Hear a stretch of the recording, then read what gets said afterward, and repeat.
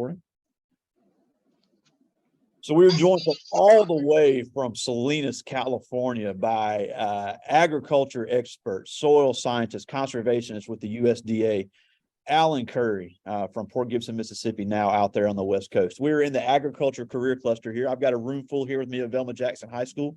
We're recording this for all of our schools in Madison County Schools, Rosa Scott, Ridgeland High School, Germantown, the Academic Options Center, and our YouTube channel. So we thank you so much for joining us, because agriculture touches everybody's life. Without it, we don't eat, we don't have clothes, we don't have shelter. So it is extremely important and ever growing. And you are one of the people behind the scene when it comes to agriculture. And before we jump into what it is you do every day, we got to hear about where you're from, Claiborne County, and then Alcorn State, and talk a little bit about that journey and how it led you all the way to the West Coast. Okay, Greg, first, thanks for having me. I will say Port Gibson is home, but Madison County is dear to my heart, as I spent 11 to maybe 14 years in Madison County and service in that area. So it's dear to my heart. But before I do anything else, I always got to rep the city. Last time I had the jersey on, that's Port Gibson Blue Waves. You know, I had the Port Gibson Blue Waves tee on last time. Got to rep Port Gibson, Mississippi. That's home. That's where it all began for me. So now that that's out of the way, Port Gibson, Mississippi native. My journey into ag started 11th grade. Economics class, the instructor wanted us to look at a major, decide on what major we wanted to look into, and do research on it. My auntie worked for the IRS, and she always said, "Alan, you got to go to DC. You have this gregarious personality, and you could make it in Washington, DC." So, funny thing is, I had big dreams of wearing a suit to work, being a pharmacist, being in business, but I wasn't disciplined, Greg. I don't think that from an educational standpoint, I wasn't that disciplined. So I knew that. I did research on majors. I knew I wanted to work for the federal government, as my auntie stated, so I looked into agriculture. I noticed a wide range of careers that you could have in ag. So at that point, when I presented 11th grade year, I knew that I was going to the school that was not my favorite, Alcorn State University. But now I have tears in my eyes sometimes thinking about Alcorn, what it has done for me, the culture there, and just, how it helped shape me and mold me to this profession that I am today. So went to Alcorn, majored in plant and soil science with one thing in mind: to walk across the stage with a full-time job. That was my mission, to go to Alcorn, intern every summer, and walk across the stage with a full-time job. So here I sit in front of you today as the Assistant State Conservationist for Field Operations in California. So that's me working directly under the State Conservationist, responsible for over 76 employees, hiring, managing the day-to-day operation, budgeting, trainings, everything. So I welcome here with you all. I welcome any question. No question is out of line. Just do everything with respect. I'm here to help you all. So the door is open, the floor is open for you all. Yeah, and the students are going to have some great questions, but I think it's important to understand that, when it talks about soil scientists, a soil scientist, soil has to be ready to be farmed on before anybody puts a plant in the ground, before anybody waters anything. That soil has to be made sure it's good, because when you're talking about feeding millions of people, you get on bad soil, you've wasted money, you've wasted time, and you've wasted resources. So what all does a soil scientist do? Because it is a growing area, and that program at Alcorn is really getting popular when it comes to plant and soil science. Okay, so there's several factors when you look into the major of plant and soil science. Initially, when I was at Alcorn and when I started working, I was a soil scientist and I was mapping soils. So you have some individuals that go out and they map, and with mapping, and most time I think now mapping is pretty much complete, but we would go out and we'll look at all the aspects of the soil, the location, colors, textures, and things of that nature, decide, almost like putting a puzzle piece together when we were mapping. So you would go out and you look at all these different soil characteristics, and it goes within a range of certain soil types. And if you all ever played around on Web Soil Survey, you can see what I'm talking about. So when you look at those soils, then we were actually putting those soils on a map and then drawing lines around them to label them where they're located and how far they go. So the other aspect of soils is where we are now as soil scientists, and that's soil health. Soil health has always been important. And where you all are in Madison County, the soil is fertile. That is very fertile ground. A lot of success is there in Madison County, whether it be cotton, soybean, corn, and any of those things for when it comes to planting. So the soils there are very rich. So when you think about soil science, it's really about continuing to keep the soil healthy based upon best management practices, whether it be allowing soil to rest by using residue management, no-till practices, planting radishes and weeds to planting radishes and whatnot to disc the soil up naturally as opposed to continuously turning it. Like I wish I knew the guy's name, but I'll get this information for you. So, and we could do a demonstration there. The soil scientist in Pearl that took my old position, cannot think of his name, but we have a soil infiltration rainfall simulator trailer. And what this rainfall simulator trailer does, it actually shows what healthy soil looks like. And during my time there in Madison County, I would do all these demonstrations where I would do like a soil box in some of the forested areas. You know, you have a lot of pine trees in Madison County. So I would get a box of the soil demonstration from under those pine trees that has the pine straw, grass covering, residue management, and then the soil. Then I would go to a field that has been completely disked up time and time again. I would get that. I would go to a place that has minimum till, where they don't till the soil all the time. And then you do the rainfall simulator trail, and what it shows, water infiltration and water runoff in soils. Most of the times where you have a lot of residue, where you have a lot of covering on the soil, infiltration of the soil is good. Runoff on the soil is slow because you have cover. The soils that were compacted, the soils that were disked up continuously, water ran off those soils fast. It took soil with it because there was nothing on the ground. It was bad ground, so soil was leaving the ground due to sheet and reel erosion. But the infiltration through the soil of water was not there because the soil was compacted based upon traffic going over all the time and a continuous disking. So when you think about healthy soils, there's so many different aspects. And again, I'll get this guy's information that could come out and do a demonstration at the school just to show those things. Yeah, I never would have thought about that because there's so many human and non-human factors that affect how soil is impacted, and that, again, you have people's health at stake, because at the end of the day, if you can't grow it, people can't eat, and also people lose business. So there's a lot of money and lives at stake when it comes to healthy soils. Now, I know one cool thing about agriculture, if people are interested in an agriculture career, is that you're in the office, you have some technology you deal with. I know drones are really big in agriculture now, and we have our drone program at our Madison County Career Center down by Germantown, if any kids are interested in that. But you also get to be out in the field. So it's a good mixture of, if somebody doesn't want to just be in the office all day, or people want to be outside sometimes, it really is a great mixture of both worlds. And the best thing about it is just the ability to reach people, to serve people, to learn people, learn different communities. In my 23-year career with this agency, I've been in maybe 6 locations, and I have lifelong friends in all those areas. I've even here in California, I've gone to farms dealing with families where maybe 3 people at a party spoke Spanish, spoke English. Me, one of the sons as a translator, and a daughter. And I've been at parties with families that wanted me in their presence, that appreciated the work that we did for them and with them, that shared their love and their hospitality. And no one really spoke English. Sometimes I didn't know what they were saying. They didn't know what I was saying, but we had a good time eating in fellowship. So the relationships that you build in this line of work is just it's invaluable. So you get a chance to meet people, you get a chance to be out in the field. It's a great thing. And right now we're in this whole telework space. Everybody, this new generation, we're learning in this new generation, but our jobs are front facing. So right now, I have to go into the office 3 days a week. Other staff members go in 2 days a week. So they're at home 3 days teleworking, in the office 2 days. Now with that, they still have to go to the field because we are front facing. We deal with the community, we deal with the farmers, so we're on the ground. And that doesn't just happen on those 2 days that you have to be in office. If you have to go to the field, you got to make that field visit. Yeah.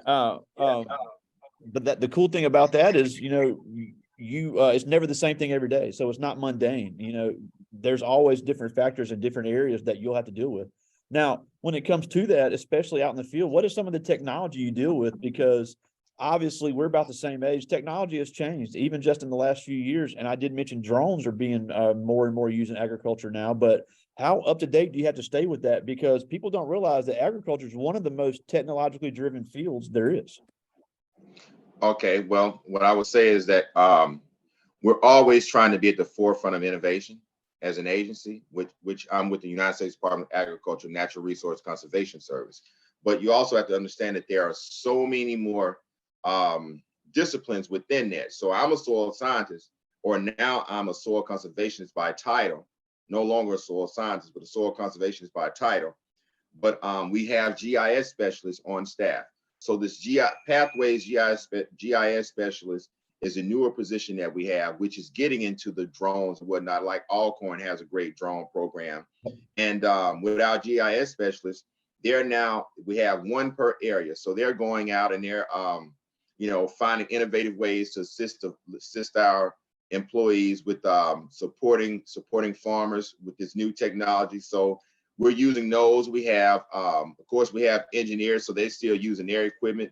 But we also, I think last year or 2 years ago, with the agency, and specifically in Mississippi, they did a contract with Alcorn using drones. I'm not sure to what capacity that they're doing, but again, we're always at the forefront of innovation. So we're trying to figure out more ways that we can make things easier when it comes to conservation and helping people help the land. Yeah. And before I get to the students' questions, we'd be remiss if we didn't talk about, your choice to go to an HBCU, because there are non-HBCUs that have agriculture programs. Mississippi State is one here in Mississippi. Alcorn and Mississippi State are the only two agricultural programs at colleges. So what drew you more toward the HBCU side as opposed to the PWI side?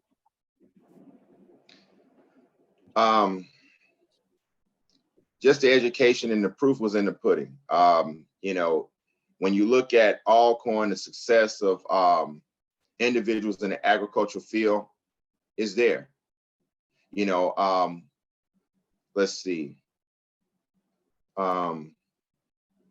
Miss Thompson at the school, I think Miss Thompson teaches chemistry there. Yep. Her husband, Roderick Thompson, he went to Alcorn.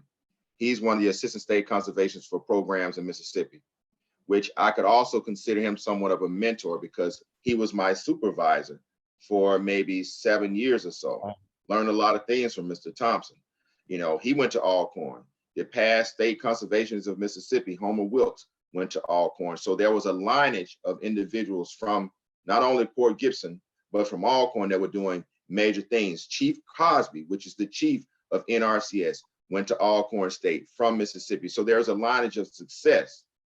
Christina Rayford, Rayford Walker, which went to Alcorn with me. She works for Animal Plant Health Inspection Service in a great position, went to Alcorn. So there's lineage. Now, could it have been Mississippi? Could it have been Mississippi State? Yes, it could have been Mississippi State, but things lined up where I was able to get the scholarships. I was able to do work study, and I was able to pay for school. So let's keep that in mind. I went to school for 4 years or 4.5 years, and all I paid out of pocket was $5,000 the entire time.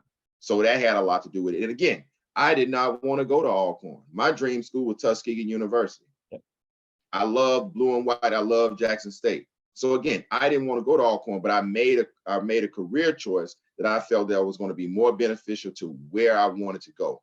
Making a plan and working your plan, being committed to that plan. Yeah, and that's a great point, because I don't care what field you go in. If you want to live how you want to live, sometimes you have to do things that are outside your comfort zone. And Tuskegee, great agriculture program. Our salutatorian from last year is actually a current student at Tuskegee, and it's been great. Yeah, and that's so great. People interested in agriculture. That's another great agriculture program. Now, what I will say is that I met great individuals, just say from Mississippi State, that I communicate with, that are in the educational field. Now, it seems though sometimes that a lot of individuals that go to Mississippi State, sometimes they go private sector, as opposed to federal government. But with the NRCS and agency that I work for, we believe in diversity, equity, and inclusion. So the school doesn't matter. It's how you apply yourself, what you bring to the table. So I just say that, if you do want to have a career in agriculture, go to a school that's going to ensure that you're getting the coursework that you need to qualify for the job. And then start now with Pathways program. Like we just put out an email, Greg, that I'll send to you for the Pathways program. They're actually looking for high school seniors now to apply for these jobs. I'll send you an email where they can go to the USA Jobs and create a link through Pathways so they can start getting these interns and start working now. And again, I graduated high school in '97. I did my first intern with USDA in '99. I have almost 24 years of experience with the federal government. That's incredible. Yes, sir. Now, and I did want to ask one more thing before I get to these students' questions. Is obviously you hear a lot of people say, I want to get out of Mississippi and I want to do this, that, and the third. You moved to the West Coast with no family out there. Your family is all still here in Mississippi. So how hard was that to step outside your comfort zone and move to a completely different part of the country? Because obviously that is a big leap. That's a great question, Greg, and I'm glad that you asked that question because we have to broaden our mindset. Now, keep in mind, you all, I had over 20 years with the agency before I decided to leave Mississippi. I had a life. Greg and I was refereeing basketball together. I lived in Lake Caroline. So in my mind, I was balling. I had a window cleaning business. I was balling. Everything I wanted, except my career wasn't progressing the way I needed it to. So I just took a chance. I did an intern. I did a detail in California in 2018. And when I came back from that detail, I felt different internally. Now, mind you, there was also other things like losing a wife years earlier. So there were other things that played into it. But what I want you all to understand, you have to be comfortable being uncomfortable. You have to be willing to step out. A great example of that, Greg, is that a young lady, her father went to Alcorn with me. Her father said, my daughter's an intern at Alcorn. And now, mind you, we didn't really talk in college. We were just, what's up, because Alcorn is a family. He was like, what's up? So he emailed me, he messaged me on Facebook. Hey, man, I know you're in ag. You've been with ag since we were in college. My daughter's interning. I want you to take care of my daughter. I said, I got you. His daughter interned. His daughter got a job in Texas, outside of Texas, in the middle of nowhere. If any of you all have traveled between Dallas to El Paso, there's nothing but desert. Yeah. Nothing out there. So his daughter's first job was where? In the middle of nowhere. She called me, Mr. Allen, I don't know about this. These people are racist. They're not giving me opportunity. And, I'm here. I'm the only black person, blah, blah, blah. She's just going off. And I said to her, you have to get out of the mindset that you're the opposition. Absolutely. We've been so conditioned in Mississippi and in the South that everything is against us, that we're fighting a battle when the only battle we're fighting is internal. When you're in a place, you're there because you're supposed to be. So I know this question was about me, but I'm showing you all something that's more recent. This young lady, I told her, give these individuals a chance. You go in there with the mindset that you're going to learn, you're asking questions, you're being helpful. She called me back months later saying, Mr. Allen, I'm so glad that you talked to me because they're great. I'm getting the training I need. They're putting me in programs. She gave herself an opportunity. We're so caught up on white and black and what's against us and what's against, when a lot of time it's us, because sometimes we have to withstand something. Mississippi is a spiritual place. Okay. So I hate to go here, but if this man that had to carry his own cross, that was mocked, laughed at, and was stoned and all those things, and he was a savior, and he kept walking and said, forgive them for they not know, then you have to go through something too. And that may mean you may get disappointed. My first year on the job, I got a not achieved, Greg. A not achieved. I could have quit that job, but I didn't quit. And today, 23 years later, I'm hiring people. I'm blessing people. So yeah, just got to be willing to step out. I hope that answers your question. Yeah, and that's a great example. Even if somebody is not even interested in ag, it's the same principle, because I don't care what color you are. If you're from Mississippi, nobody chose where they're from or where they're born. You have to make the most of your circumstances, and you're a great example of that, about coming from a rural area of Mississippi. Now you're out there balling on the West Coast. But I do have a few questions. I'm gonna try to get to. Okay, yeah. I was about to say, the Southern people ain't slow. Don't be fooled. The school system in Mississippi, I put them against anybody in the world. The school system, they're not slow, so don't be fooled. Oh, I agree. This is Tykevian Boyd, and he asked, how often do you work outside and how do you deal with difficult weather? Okay, so living here, I'm in Monterey, California now, near San Francisco. The average temperature year round for my area is 58 degrees. In the summer, it may get up to 70. I was living in Indio, where Coachella Fest is. It gets up to 122 down there. So you just dress. You dress for the weather. I mean, being outside is almost like a restart. It's a refresh. Working at the desk all the time, then you get outside, it's a refresh. So that's the best I can tell you. In my position now, I do a lot of traveling because I have like 13 offices. Wow. This is Jordan Smith, and he asked, this is really good. He asked, what is the best type of soil, and is there a way to make unhealthy soil healthy again? I mean, it's a good question, but also you got to consider other factors like I just can't say which soil is the best type of soil. You know, there's soil, if you look at the Web Soil Survey, there are certain soils for specific things. There are some soils that are good for housing sites. There's some soils that aren't. There's some soils that are good for pine trees, but aren't good for cotton.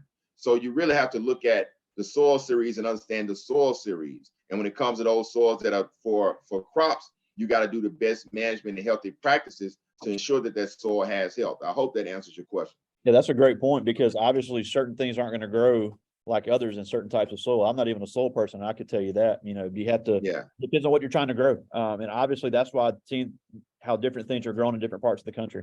And where you are, and where absolutely. you are as well. Like in Southern California, they have extended growing season, so they have a lot of citrus down there. They have a lot of just a lot of row crops and whatnot, but they don't have pine trees, but they have a lot of citrus. So you know, it just kind of varies. And you have some areas that have grapes, both soils that are wet and saturated, they don't grow grapes. So like a lot of the grapes come from out here in California. Okay. All right. This is Taylor Harris, and she asked, what is the biggest challenge a soil scientist face? I would say the biggest challenge a soil scientist will face is yourself, like your application. And because with soil, as a soil scientist, it's a lot of terminology. It's a lot of soils terminology, and you really have to study. You really have to apply yourself to truly understand the language, because there's a communication inside of it. It's just a real internal thing. So it's really about studying and applying yourself. You can't skate. You can't halfway apply yourself as a soil scientist. Yeah, because like we said, you got money and lives on the line. You know, how public health really is at stake. So you're right. Mm-hmm. A lot of attention to detail. I just got two more from the students. This first one is Jada Schaefer, and she asked, what type of fertilizers do you deal with, and do you have to be familiar with the science of the fertilizers? So in the line of work that I am, we don't make recommendations for fertilizers. We allow the extension service to do that. Now, what we do is we work with landowners to get them to do soil testing. In soil testing, we'll show them how to do soil testing. Soil testing will tell you what amount of fertilizer you need, whether it be nitrogen, phosphorus, potassium, zinc, or whatever. So what happens is you get that soil test, and it tells you the percentage, because a lot of time, what do people do? I'm sure if any of you all are farm, they use triple 13, triple 10, triple 8. That's all we go get, but your soil may not need that. So based upon a soil test, you'll get better results, and your soil will respond by producing healthier crops based upon what it actually needs for the specific crop that you're trying to grow. All right. Well, I just got one more from the students. This is Michael Sherrill, and he asked, what is the most interesting thing about working in agriculture? For me, just the people. Again, I've worked in 2 states, and I've met people from all over the world. I go to trainings in other states. I've gained friends from other areas. Like I went to a training 3 years ago, and this person that I met was younger than me in the agency, but that person also serves as somewhat of a mentor. We're friends, we're mentors, so we're nurturing each other's careers. So the most interesting thing is just life in general, just meeting people. You know, I mean, like Greg and our relationship through basketball. So that's the most interesting, just being engaged and meeting individuals and just continue to grow and be the best professional that you can be. Absolutely. Now we're almost out of time, and as always, we thank you so much for joining us. It's just I learned something every time you speak to us. It's really cool what all you're doing. But before we go, we're close to the same age, but you grew up in a similar type circumstance. You grew up in a rural area of Mississippi. You grew up in a majority Black community, but you went to a great school. You've made a great career. So even if these kids aren't interested in going into agriculture, and some of them might be because we've had a few come through here, what can they do to have a similar path to someone like you? Greg, a lot of my interviews and speeches are not traditional, but so the biggest thing I tell you all is foster relationships. The most important thing to life is fostering relationship. Name dropping means nothing. So it's not about who you know, but who knows you. What Absolutely. impression did you put on someone? And Absolutely. sometimes that impression doesn't have to be the most positive. I've been in places where I've met a kid and a kid said something totally out of line. And I looked at that kid and I found the beauty of that person and the strength of that person and said, okay, well, come on, let's talk so I can steer you in the right direction. So it's really about fostering relationship and being consistent. That's something I learned later. Like, I know you got to go, Greg, but there was a guy when I moved here, I fostered a relationship with him and I was asking him questions, called him all the time. He was my supervisor. And now he's my counterpart. 2.5 years after I moved here, the same guy that I was calling as my supervisor became my counterpart and he helped me. He didn't hold any information back from me. He became a counterpart, he became a mentor, and now we're working together hand in hand, making the same amount. Well, no, he's making way more money than me because he's been in this job 20 years, but we're equal when it comes to title. But it was fostering a relationship. So be a relationship, ask questions, let people know what your dreams are, let people know what you want to do, because there's always someone out there to help you. Even if you don't like the response they get, take it, meditate on it, and could go back to them to figure out what advice you can get from them. I hope that helps, Greg. That's awesome. Thank you so much. Again, Alan Curry, all the way from Salinas, California, native of Port Gibson, Alcorn State alum, soil conservationist with the USDA. Thank you so much. Please give LaToya my best. I miss you guys a lot. I will. I All will. right. She actually called when we were on the call. I'll let her know you said hello. Thank I you all. will. Take care. And Greg, give anybody my email address, my phone number. If they want to call me, reach out, ask questions. We're hiring in California. If not California, I got friends everywhere else. Have a good one. Take care. I see you, my man. All right. Bye-bye.